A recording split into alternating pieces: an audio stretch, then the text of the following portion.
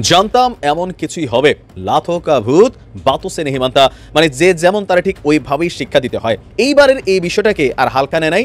24 ঘন্টা না বেরোতেই দাঁত ভাঙা জবাব দেওয়া হয়েছে। তাদের বিরুদ্ধে কিন্তু ডক্টর ইউনূসের সাইক্লোন শুরু হয়ে গেছে। কারো বাবার ক্ষমতা নাই থামাবার, থামাবার। ওই যে পলক যেটা থামাইতে চাইছিল ওইটা আর পারবেন না, কোনো হাসিনা পারবে না, কারণ বাপের ক্ষমতা নাই। টোটালটা চলে যাবে জনগণের হাতে। জনগণই হবে এই দেশের সবচেয়ে বড় বিরোধী দল।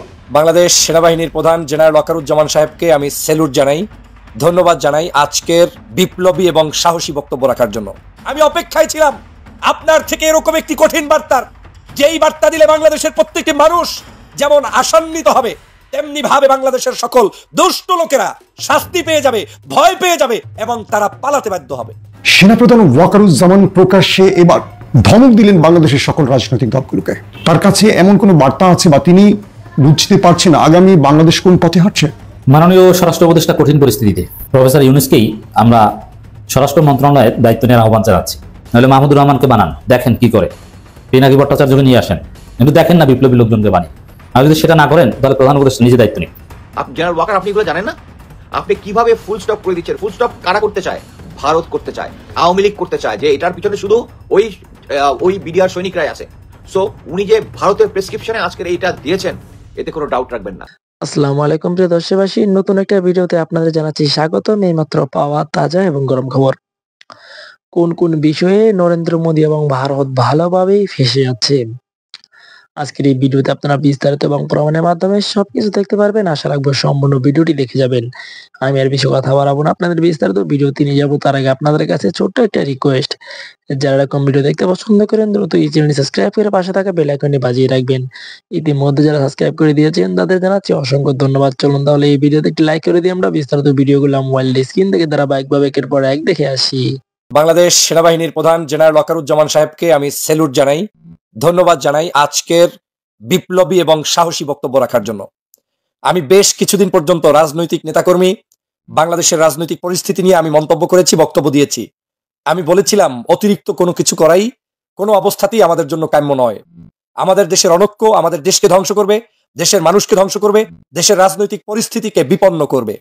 আজকের জেনারেল ওয়াকারুজ্জামান সাহেব সাহসী বক্তব্য রেখে রাজনীতিবিদদেরকে, দেশবাসীকে স্পষ্ট সতর্কতা জারি করার মধ্য দিয়ে আগামীর বাংলাদেশ কেমন হবে তার একটা কিন্তু নিদর্শন তিনি উপস্থাপন করেছেন।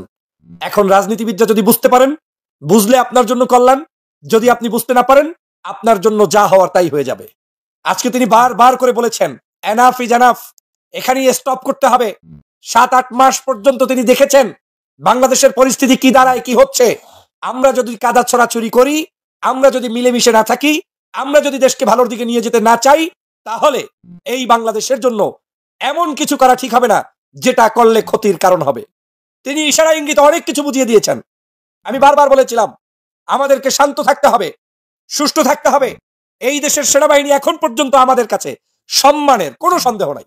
আজকে যদি সেনাবাহিনী জাতির ক্রান্তি লগ্নে 5ই আগস্ট ছাত্র জনতার বিপ্লবের সময় পাশে না থাকে, বাংলাদেশের পুলিশ বাহিনী ভেঙে চুরে গিয়েছিল, সেই সময় দেশকে রক্ষার জন্য ওই 7-8 দিন যে মানুষগুলো কাজ করেছে সেটা ছিল সেই সেনাবাহিনী।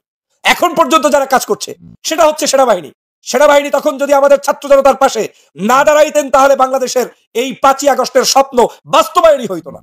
স্বাধীনতা পেয়ে গেলাম, সবকিছু ভুলে যাচ্ছি, যে যার মতো চলছি, একে অপরকে কাদা ছড়াছড়ি করছি, মুক্তিযুদ্ধের ইতিহাস বিকৃত করা শুরু করে দিয়েছি, আওয়ামী লীগের মতো একে অপরকে দোষারোপ করছি। এই যদি হয় আমাদের কাজ, তখন সন্ত্রাস, চাঁদাবাজ, দুষ্ট লোকেরা সমাজের মধ্যে নতুন করে অশান্তি সৃষ্টি করবে। এটাই বাস্তবতা। আমি এই সেনার প্রধানকে জেনারেল ওয়াকারুজ্জামান সাহেবকে স্পেশালি থ্যাঙ্কস দিতে চাই। আমি অপেক্ষায় ছিলাম আপনার থেকে এরকম একটি কঠিন বার্তার, যেই বার্তা দিলে বাংলাদেশের প্রত্যেকটি মানুষ যেমন আশান্বিত হবে, তেমনি ভাবে বাংলাদেশের সকল দুষ্ট লোকেরা শাস্তি পেয়ে যাবে, ভয় পেয়ে যাবে এবং তারা পালাতে বাধ্য হবে। আমি বলেছিলাম যে আপনার মতো করে, আমার মতো করে বাংলাদেশ সবাই চালাইতে চায় না, সবাই পারে না। সেনাবাহিনী একটা প্রতিষ্ঠান, রাষ্ট্র একটা প্রতিষ্ঠান, রাষ্ট্রের দায়িত্ব রয়েছে, এটা মামু বাড়ির আপনার নয়। যা ইচ্ছা তাই করবেন আর সবকিছু আপনার মতো হয়ে যাবে, এমনটা ভাবার কোনো সুযোগ নেই। সম্ভবত আমি যদি ভুল না করি 1 মাস আগে আমার ভিডিও ছিল, এভাবে মাতলামি চলতে থাকলে বাংলাদেশের সেনা শাসন আসতেও সময় লাগবে না। আজকের সেনাপ্রধানের বক্তব্যে যদি রাজনীতি করেন, যদি বিশ্লেষণ করেন, যদি বুদ্ধিজীবী হন, যদি বোধ বাস্য কিছু থেকে থাকে, তাহলে বুঝতে হবে কোন দিকে যাচ্ছে আগামীর বাংলাদেশ।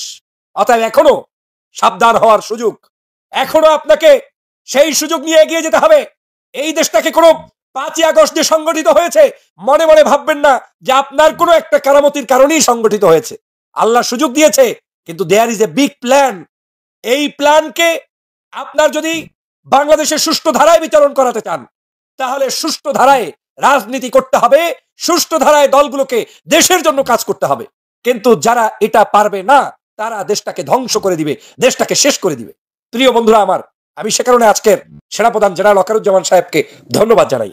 ওনার এই বক্তব্যটা আমি 3 থেকে 4 বার শোনার চেষ্টা করেছি। আমি প্রত্যেকটা অক্ষর, শব্দ চয়নগুলো থেকে জানার চেষ্টা করেছি, বোঝার চেষ্টা করেছি কি সে বলতে চায়। তার কথা একটাই, আমাদের কোনো আশা নেই, আমাদের কোনো ভিন্ন পরিকল্পনা নেই। আমরা চাই বাংলাদেশটা আপনাদের মাধ্যমে চলুক। নির্বাচন যথাসময়ে হবে। 18 মাস সময় চেয়েছিলেন, সেই 18 মাসের মধ্যেই নির্বাচন দিতে চায়। বলেছেন ডিসেম্বর কিংবা আকপিচ করে যে কোনো সময়ই হবে। অতএব ওনাদের ক্ষমতার কোনো লোভ নেই। কিন্তু এটা নিয়ে এত কসলাকসলির কি আছে? যারা এগুলো নিয়ে বেশি মরামরি করতেছেন, তারা যে দলের ক্ষতি করছেন এটাও আপনি বুঝেন না। নির্বাচন যথাসময়ে হবে, সংস্কার যথাসময়ে হবে, যতটুকু হওয়া দরকার ততটুকুই হবে। অতিরিক্ত যারা করছেন তারা ফান্দে পড়ছেন, এর বিকল্প আর কিছুই নয়। উনি বলছে আমাদের কিন্তু অত ইচ্ছা নাই, আমাদের কিন্তু রাষ্ট্র ক্ষমতায় ভিন্ন কোনো জায়গায় ভিন্ন কিছু করার উদ্দেশ্য তাদের নাই। এটা কিন্তু উনি ইশারা ইঙ্গিতে বুঝাচ্ছেন। কিন্তু পরিস্থিতি যদি এমন হয়, দেশ যদি স্বাধীনতা বিপন্ন হয়, তাহলে সতর্ক করে দিয়েছেন, আঙ্গুল ঝুলিয়ে ঝুলিয়ে সতর্ক করে দিয়েছেন যে আজকের সতর্ক করে দিলাম, এইভাবেই যদি চলতে থাকে তাহলে এনাফ ইজ এনাফ, এখানেই ফুল স্টপ, এখান থেকেই ভিন্ন কিছু চিন্তা এমনও হতে পারে তারা করতে পারে। অতএব যারা যারা রাজনীতিতে 12 দিনের মধ্যে 15 দিনের মধ্যে রাষ্ট্র ক্ষমতায় চলে এসেছেন, চলে আসতে চাচ্ছেন, আসবেন, সবার আগে নিজেকে সংশোধন করুন, সবার আগে আমাকে সংশোধন করুন, সবার আগে রাষ্ট্র নিয়ে চিন্তা করুন, রাষ্ট্রের ভবিষ্যৎ নিয়ে চিন্তা করুন, মানুষকে নিয়ে চিন্তা করুন, মানুষের জীবন নিয়ে চিন্তা করুন। রাজনীতিতে বিশৃঙ্খলা তৈরি করার মধ্য দিয়ে রাজনীতি নয়, রাজনীতিতে বিশৃঙ্খলাকে দমন করে সুষ্ঠু ধারায় দেশ পরিচালনার নামই রাজনীতি। আমি সব সময় বলে আসছি, একটি গোষ্ঠী বাংলাদেশে নৈরাজ্য সৃষ্টি করতে চায়, আর সেই নৈরাজ্যের সাথে আওয়ামী লীগ বাতাস দিতে চায়। আওয়ামী লীগের ষড়যন্ত্র বন্ধ হয়নি। 5ই আগস্ট যে কারণে সংগঠিত হয়েছে, সেই দিকে আমাদেরকে খেয়াল রাখতে হবে। জনগণের অধিকারকে হরণ করেছে ফ্যাসিবাদী শেখ হাসিনা, অবৈধভাবে বাংলার জনগণের অধিকারকে সম্পূর্ণ ধ্বংস করে দিয়ে একক শাসন কায়েম করে এদেশের সবাইকে বিতর্কিত করেছে। মনে রাখবেন, বাংলাদেশে আগামী দিনের এই বাংলাদেশ চালাতে হলে আপনি আমি কি পারবো? এখনই আপনি আমি বলছি, যেই পুলিশের বিরুদ্ধে আমরা স্লোগান তুলেছি, দুর্বল পুলিশ, আওয়ামী লীগের পুলিশ, আমরাই কিন্তু আবার বলছি পুলিশ ছাড়া রাষ্ট্র চলে না। তার মানে আমরা পুলিশের বিরুদ্ধে না, সংস্কার করতে চাই দেশপ্রেমিক মানুষ নিয়ে পুলিশ সাজাতে। কিন্তু পুলিশ ছাড়া যে রাষ্ট্র চলে না, এটা তো আর বলার অপেক্ষা রাখে না। পুলিশ ছাড়া যেমন রাষ্ট্র চলে না, সেনাবাহিনী ছাড়া দেশের স্বাধীনতার সার্বভৌমত্ব টিকবে না। কথায় কথায় সেনাবাহিনীর বিরুদ্ধে জনগণকে উস্কে দেওয়ার মানসিকতা পরিহার করতে হবে। শহীদ আজকে যারা হয়েছে, তারা এই বাংলাদেশের জন্য শহীদ হয়েছে। এই শহীদি মানুষের দিকে তাকিয়ে দেশের জন্য কাজ করতে হবে। जोर का झटका धीरे धीरे लगेंगे साहब। পদ্মা নদী থেকে টুস করে ফেলে দিয়ে যে চুবনির চিন্তা হয়েছিল, সেইটার জন্য যে এত লম্বা সময় ধরে মানে ঝটকা লাগবে অনেকে হয়তো ভাবে নাই। তবে একটা সতর্কবার্তা আমরা দিয়ে দিচ্ছি, আস্তে আস্তে পুলিশের প্রত্যেকটা সদস্য যারা বিভিন্ন ক্রাইমে জড়িত ছিলেন অথবা নির্বাচনকে কেন্দ্র করে আওয়ামী লীগ সরকারের মাঠ পর্যায়ে ভূমিকা রেখেছেন, তাদের বিরুদ্ধে কিন্তু ডক্টর ইউনূসের সাইক্লোন শুরু হয়ে গেছে। প্রথম ধাপে আমরা দেখেছি পুলিশের আইজিপি, তারপর দেখেছি এসপি, আজকে আরও 82 জনের তালিকা আমাদের সামনে। 82 জন কারা? আমি চিন্তা করতেছি যে আমাদের যে ওসিরা মাঠ পর্যায়ে ছিল, ওনারা কোন ধরনের ঝামেলায় পড়বেন। দর্শক, একটা তালিকা তো হয়েছে সরকারের পক্ষ থেকে, আর ওই তালিকাটা আস্তে আস্তে প্রকাশিত হচ্ছে। 2018 সালে রাতের ভোটের যে নির্বাচন ছিল, সেই নির্বাচনে দায়িত্ব পালন করা যে কর্মকর্তারা আছেন, ডিসি, এসপি বা আরও যারা ঊর্ধ্বতন লেভেলে ছিলেন, আস্তে আস্তে কিন্তু একে একে পানিশেবল হচ্ছে। এবারের তালিকায় আপনার আসছে যে পুলিশের 82 কর্মকর্তা, তারা আজকে ওএসডি হয়েছে। স্বরাষ্ট্র মন্ত্রণালয় এক আদেশে এই সিদ্ধান্ত নিয়েছে। তাদের মধ্যে অতিরিক্ত আইজিপি আব্দুল আলী মাহমুদ এবং 13 জন উপপরিদর্শক, উপমহাপরিদর্শক মানে ডিআইজি, 49 জন অতিরিক্ত ডিআইজি এবং 19 জন পুলিশ সুপার যারা আছেন, তারা আজকে ওএসডি হয়ে গেছেন। আর স্বরাষ্ট্র মন্ত্রণালয় থেকে 3টি পৃথক আদেশ জারি করা হয়েছে। আদেশে ওএসডির কারণ সম্পর্কে আনুষ্ঠানিকভাবে কিছু জানানো হয়নি। আর সবাই 2018 সালের সেই নির্বাচনে দায়িত্ব পালন করেছেন। তো আমার মনে হয় যে পুলিশের মধ্যে যে সংস্কার চলমান, অথবা বর্তমানে দেশের বিভিন্ন জায়গায় আইন শৃঙ্খলার যে চরম অবনতি, পুলিশ ঠিকমতো কাজ করছে না অথবা পুলিশ ভূমিকা পালন করছে না, এমনটা কিন্তু সরকারের মনে হচ্ছে। কারণ বাবা হচ্ছে যে এই দায়িত্বগুলোতে যারা ছিলেন সবাই আওয়ামী লীগ ব্যাকগ্রাউন্ড অথবা লেয়াজু মেনটেন ছিল। তো এরকম বিভিন্ন কারণে আস্তে আস্তে পুলিশের একদম ওসি এসআই লেভেল পর্যন্ত সম্ভবত যারা বিভিন্ন ইস্যুতে ছিল তারা আস্তে আস্তে চাকরি হারাবে। 2 বলে 2 ছক্কা। কেন কথাটা বললাম, পরপর 2টা ঘটনা খুবই আলোচিত বর্তমানে। সেনা প্রধানের ভাষণ তার 24 ঘন্টা না যাইতে নাহিদ ইসলামের পদত্যাগ কইরা কিন্তু হাইটা গেছে, কিন্তু হাইটা বাইরিতেছে, কিন্তু সবাই বলা বলি করতেছে গাড়ি দিয়ে কেন বাইরিল, ওই যে পতাকা বাহী গাড়িতে নাকি চড়ছে, আবার ওই যে কার পাশে যেন বসে ছিল ওইখানে কেন বসলো, মঞ্চে কেন উঠলো, অনেক কাহিনী। হিরো তো হিরো, জেলাস থেকে এগুলা বলে, এটা মাথায় রাখবেন। কিন্তু যারা এসব বিকৃত সমালোচনা করে না, ওই যে হেলিকপ্টারে কই গেল, দামি গাড়িতে কেন উঠলো, ওই যে কোন টাওয়ারে জানি বিরাট অফিস কিভাবে নিল, এইসব সমালোচনা যারা করে না এরা হলো মেন মাইন্ডেড, এটা মাথায় রাখবেন, মেন মাইন্ডেড। আরে এই দলটা কি ফুদিয়ে আসছে নাকি? ফুদিয়া তো আসে নাই, এটা ভিতরে ভিতরে না তৈরি হইতেছিল তো ভাই, তৈরি হইতেছিল। বুঝেন না ভাই, তাদের মিটিং, তাদের বক্তব্য আলোচনা শুনে বুঝেন না? আর এটা তো ওপেন সিক্রেট, যত সমালোচনাই করুক না কেন সবাই, কিচ্ছু যায় আসে না এই সরকারের। আমি আগেও বলছি, এখনো বলতেছি, এগুলা ইউনূস সরকার মাথায় নিবেন না। উনি সোজাসুজি উনার যেটা করার ওইটা করবেনই। আমার মনে হয় উনি সবসময় না একটা নতুনদের নিয়ে, আমি কেন পৃথিবীর সবাই শিকার যাবেন, উনি নতুনদের নিয়ে অনেক ভাবেন, নতুনদের নিয়েই কথা বলেন, সব কথার মধ্যেই নতুনদেরকে টেনে আনেন, হ্যাঁ নেক্সট প্রজন্মকে টেনে আনেন, এবং আগামী ভবিষ্যৎ কিভাবে চলবে সেটা নিয়ে ভাবেন। দেখেন ওই যে স্টার্লিং ইন্টারনেট যে আনবে, এটা নিয়ে কিন্তু এখানে অনেক বুদ্ধিজীবী আবার শুরু করছে কথা, যে কার হুকুমে করবে, কার সাথে চুক্তি করলো, কে অনুমতি দিল, জনগণ তো ওনাদের অনুমতি দেয় নাই, সংসদে তো এটা পাশ হয় নাই, বেকুবের দল ওইটা কেন আনতেছে বুঝেই নাই ভাই। এই যে জুলাই আগস্টে ইন্টারনেট বন্ধ করে দিছিল না পলক, মনে আছে? ওই যে ইন্টারনেট বন্ধ করে দিছিল না। ইলেন মার্কসের এই ইন্টারনেট যখন চলে আসবে ভাই, পলক কেন, হাসিনা কেন, কারো বাপের ক্ষমতা নাই, আপনি নিয়ন্ত্রণ করতে পারবেন, বন্ধ করে দিতে পারবেন। আমাদেরকে ইন্টারনেট বন্ধ করে ওয়াইফাই থেকে দূরে সরাইয়া, ফেসবুক ইউটিউব থেকে দূরে সরাইয়া নিয়ে যায় এই দেশে কিলিং হয়েছে না ভাই, এই ক্ষমতাটা হারাবে, এই পথ বন্ধ, ওইটা নিয়ন্ত্রণ আর কারো কাছে থাকবে না, বাংলাদেশের উপরে থাকবে না। যার জন্য ইলেন মার্কসের এটা নেওয়া কিন্তু বহুত টাফ, ওনার হাতে নিয়ন্ত্রণ, আপনারা স্বাধীনভাবে ব্যবহার করতে পারবেন। নেক্সট যে কোনো স্বৈরাচার সরকার যদি আসে ভাই, আমরা ঝাঁপায়া পড়ুম, একজনের সাথে আরেকজনের না এইভাবে লাইগা থাকুম ভাই, যেভাবে এক কাতারে নামাজ পড়ি না আমরা, শরীর লাগাইয়া কোনই লাগাইয়া পাশাপাশি দাঁড়ায়া এইভাবে ঝাঁপায়া পড়ুম ভাই। কারণ কি জানেন, এই সুযোগ, লাস্ট সুযোগ, এই শেষ সুযোগ, লাস্ট সুযোগ, এটাই শেষ সুযোগ। এই দেশের জন্য যদি কিছু করতে চান এখনই করেন, এখনই সময়, এখনই ভাবতে শুরু করেন। আর আগের রূপ দেখতে চাই না, আর না, গত 7 মাসে সব জানা হয়ে গেছে। দেখেন সেনা প্রধান কিন্তু আকার ইঙ্গিতে সবকিছু বলে দিছে যে আমাদেরকে বাধ্য করেন না। হ্যাঁ, ওনার কথা তো ক্লিয়ার, আপনারা শুধরে যান, না হলে কিন্তু আমরা দেশের মানুষকে অশান্তি দিতে পারবো না। তাদের শান্তির জন্য যে সিদ্ধান্ত নিতে হয় সেটাই করব, এরকমই বুঝাইতে চাইছে। তার মানে বুঝা নেন আপনারা, আর এটাও বুঝা নেন ওনার এই বক্তব্যের ঠিক 24 ঘন্টার মধ্যে একটা নতুন দল জন্মের জন্য একটা বিদায় অনুষ্ঠান হইল।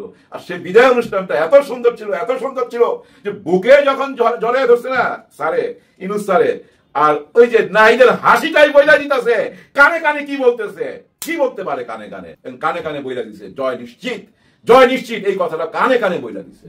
মিলাই নিয়েন আপনারা, মিলাই নিয়েন। কেন এই কথাটা আমি বললাম, জনগণের মধ্যে একটা পরিবর্তন আসছে। একটু আগে যে ইলেন মার্কসের ওই ইন্টারনেটের কথা বললাম, 3 মাসের মধ্যে ওইটা যদি চলে আসে, এরপরে পুরো ক্ষমতাটা চলে গেল কার হাতে? জনগণের হাতে। এটা মাথায় রাখেন, কারো বাপের ক্ষমতা নাই ইন্টারনেট বন্ধ করতে পারেন। এরপরে কিন্তু শুদ্ধ অভিযান, সেনাপ্রধান কিন্তু ইঙ্গিত দিচ্ছে আপনারা শুধরে যান। শুধরে না গেলে কি হবে জানেন?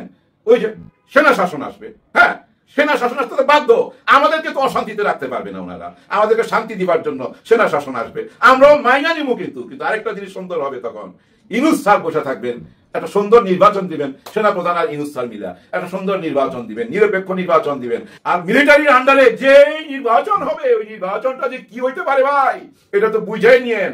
সেনাপ্রধানের এই ভাষণ আপনি বারবার শুনবেন এবং নিজে চিন্তা করবেন। বহুমুখী কথা বলছে, কিন্তু বহু রকম ইঙ্গিত দিছে, বহু রকম। এই ইঙ্গিতের মধ্যে আমি এটাও মনে করি, কারণ ওনার ভাষণে ঠিক 24 ঘন্টার মধ্যে নাহিদ ইসলাম পদত্যাগ এবং মর্দ হেঁটে চলে যাচ্ছে দোয়া নিয়ে ইউনূস স্যারের সাথে বুক মিলায়া কই যাচ্ছে নতুন দল করতে।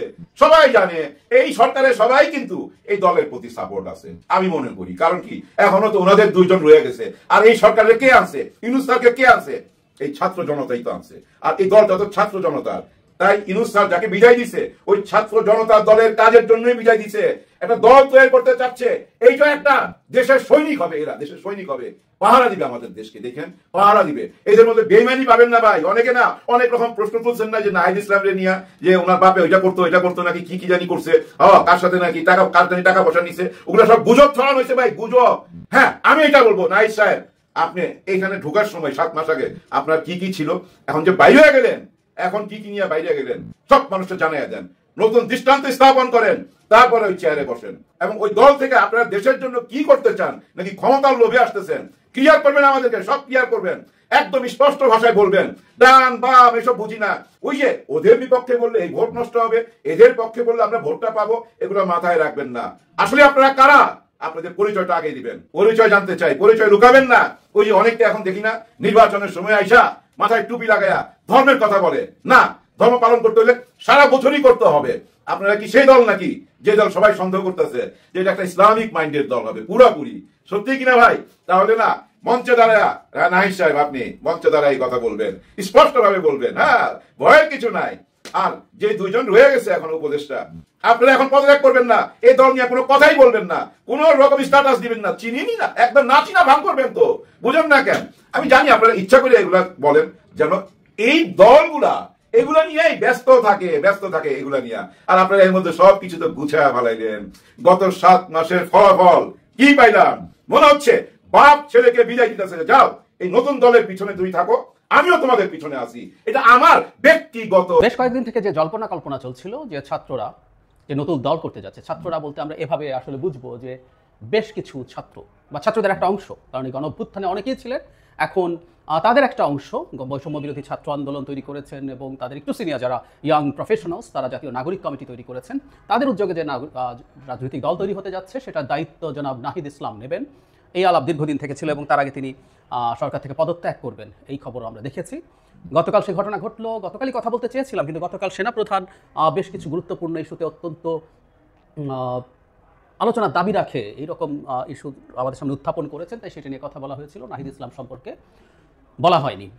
তিনি সরকার থেকে পদত্যাগ করেছেন, সমালোচনা করা যেতে পারে, সমালোচনা আছে।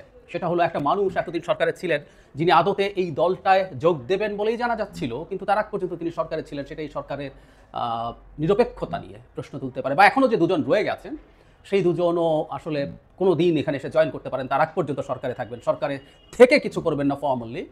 ফর্মালি বলছি, তাত্ত্বিকভাবে ইনফর্মালি তারা যে কোনো কিছু করতে পারেন, তারপর কোনো একদিন ফর্মালি করার সময় রিজাইন করবেন। এই মডেলটা ঠিক কিনা তারা বিবেচনা করবেন বলে আমি আশা রাখি।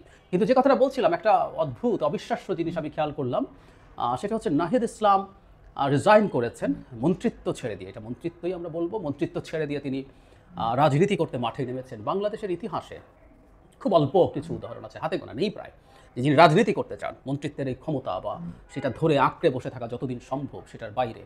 একটা চমৎকার উদাহরণ এবং যেটা অবিশ্বাস্য ব্যাপার সেটা হচ্ছে আমরা বৈষম্য বিরোধী ছাত্র আন্দোলন নাগরিক কমিটিকে বিভিন্ন রকম দৃষ্টিতে দেখার মানুষ আছে, ক্রিটিক করার মানুষ আছে, অনেকে খুব টাফ ক্রিটিক করেন, কিন্তু নাহিদ ইসলামের শুভাকাঙ্ক্ষী আমি চারদিকে দেখছি। আমি অনেকের ফেসবুক স্ট্যাটাস দিয়ে তাকে অভিনন্দন জানানো, তাকে স্বাগত জানানো দেখছি।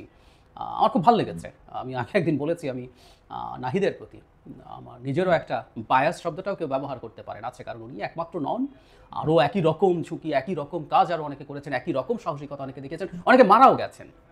কিন্তু ওই সময় যেটা হয় না, আর সময় কাউকে এক ধরনের একটা আইকনে পরিণত করে। আমি পোস্টার বয় শব্দটা ব্যবহার করি, আমাদের এই মুভমেন্টের পোস্টার বয়ে পরিণত হয়েছিলেন।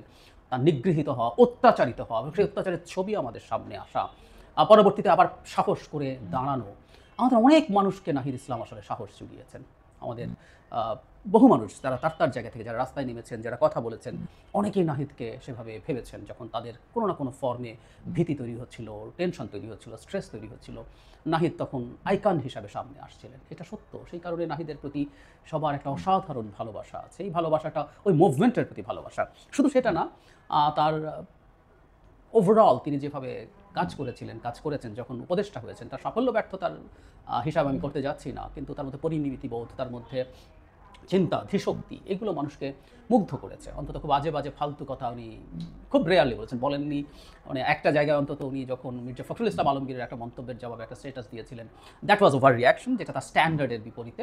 তারপরও মোটা দাগে এই বয়সে তিনি অত্যন্ত ম্যাচিওর্ড আচরণ করতে পেরেছেন। সুতরাং একদম সঠিক মানুষটাকে এই দলের প্রধান পদে আনা হয়েছে বলে আমি মনে করি। প্রধান বা দ্বিতীয় প্রধান যে কোনো পদেই তিনি যেতে পারতেন। সো ওই আইকনকে সামনে রাখা চমৎকার ব্যাপার হয়েছে। যে কথা বলছিলাম, আমি আশা করি এই দল সম্পর্কে আমি আসলে খুব বেশি আশাবাদী নই। আমি কেন আশাবাদী নই সেটা নিয়ে আমি বিস্তারিত আমার টেক দেব, কিন্তু আমি এই দলের সাফল্য চাই। আমি জনাব নাহিদ ইসলামের সাফল্য চাই। জনাব নাহিদ ইসলামের সাফল্য মানে হচ্ছে এই দলটা সফল হওয়া। বাংলাদেশের একটা দল খুবই জরুরি, এবং জনাব নাহিদ ইসলাম মানুষের যে ভালোবাসা পেয়েছেন, সেই ভালোবাসা তিনি দল করতে এসে ওই মাঠে এসেও ধরে রাখতে পারবেন, এটা আমি চাই। কিন্তু তার সতর্ক থাকা দরকার। কেউ কেউ বলেন যারা শেখ হাসিনাকে হটিয়েছে, সেই ক্ষেত্রে সামনের সারিতে ছিল, ঝুঁকে নিয়েছে, তারা একটা দল তৈরি করতে পারবে না। উত্তর হচ্ছে ওই সাফল্য এখানেও সফল হওয়ার গ্যারান্টি না। দুটো একেবারেই ভিন্ন দুটো কাজ। একটা সফল হলে আরেকটা স্পন্টেনিয়াসলি কেউ সফল হয়ে যাবেন, এটা মনে করা কোনোভাবেই উচিত হবে না। তারপরও আমরা আশা করি, আমরা বিশ্বাস করি তিনি এটা পেরে উঠবেন। রাজনীতিতে তার আগের অভিজ্ঞতা আছে এক ধরনের। তিনি ছাত্র অধিকার পরিষদে ছিলেন, পরে ছাত্র শক্তিতে ছিলেন। এখন আরও বড় পার্সপেক্টিভে বড় একটা রাজনৈতিক দল যেটা দেশব্যাপী তৈরি হবে, এবং একটা বিরাট এক্সপেকটেশন নিয়ে তারা মাঠে নামছেন। অনেক চ্যালেঞ্জ আছে। আমি আশা করি জনাব নাহিদ ইসলাম সব চ্যালেঞ্জ কাটিয়ে উঠবেন, উতরে উঠবেন। তার যত সমস্যা সংকট আছে সেগুলো উতরে উঠবেন। তিনি মানুষের এক্সপেকটেশন ফুলফিল করবেন। আর এটুকু বলে রাখা ভালো, অনেক সফল তিনি যদি নাও হন, এই দলটার সাফল্য নিয়ে আমার ঘোর সন্দেহ আছে। সেটা যদি নাও হয়ে থাকে, তিনি যা করেছেন, তিনি তার অত্যন্ত কম বয়সে যা করেছেন, বাংলাদেশের ইতিহাসে স্বর্ণাক্ষরে তার নাম লেখা হয়ে গেছে, হয়ে যাবে, এটুকু আমরা নিশ্চিত থাকতে পারি। নাহিদ ইসলামের প্রতি শুভকামনা, তার ভবিষ্যৎ রাজনৈতিক, ব্যক্তিগত এবং সব। প্রিয় দেশবাসী, শুরু থেকে শেষ পর্যন্ত যারা এই ভিডিওটি দেখেছেন সকলকে জানাই অসংখ্য অসংখ্য ধন্যবাদ। যারা এরকম নিউজ ভিডিও পেতে পছন্দ করেন তারা অবশ্যই এই চ্যানেলটি সাবস্ক্রাইব করে পাশে থাকা বেল আইকনটি বাজিয়ে দিবেন। যারা এখনও এই ভিডিওটি শেয়ার করেননি, এই ভিডিওটি দ্রুত শেয়ার করে সকলকে দেখার সুযোগ করে দিন। আজকের মতন এই পর্যন্ত, দেখা হচ্ছে পরবর্তী কোনো ভিডিও নিয়ে ইনশাল্লাহ।